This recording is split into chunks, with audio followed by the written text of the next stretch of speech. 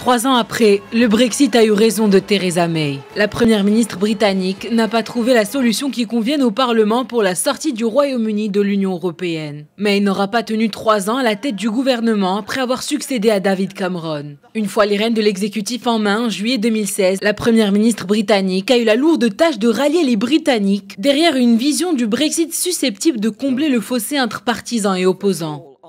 Je crois personnellement que dans l'intérêt du Royaume-Uni, il serait préférable de quitter l'Union européenne avec un accord. Je pense que ce serait la meilleure solution. Évidemment, il s'agira du rôle de la personne qui me succédera de réaliser cette tâche.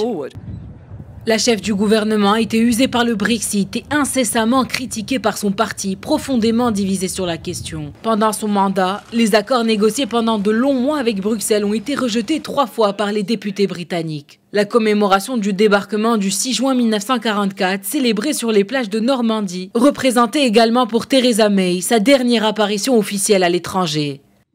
Sur un plan plus personnel, vous me permettrez de dire à Theresa May toute mon amitié et tout le plaisir que j'ai eu à travailler et à agir en confiance avec elle. Les dirigeants passent, mais le travail qu'ils accomplissent reste. Et la force de notre lien dépasse les péripéties du moment. Et je crois, chère Theresa May, que nous pouvons être fiers des actions menées ensemble, des causes portées en commun pour nos 2 pays comme sur le plan international.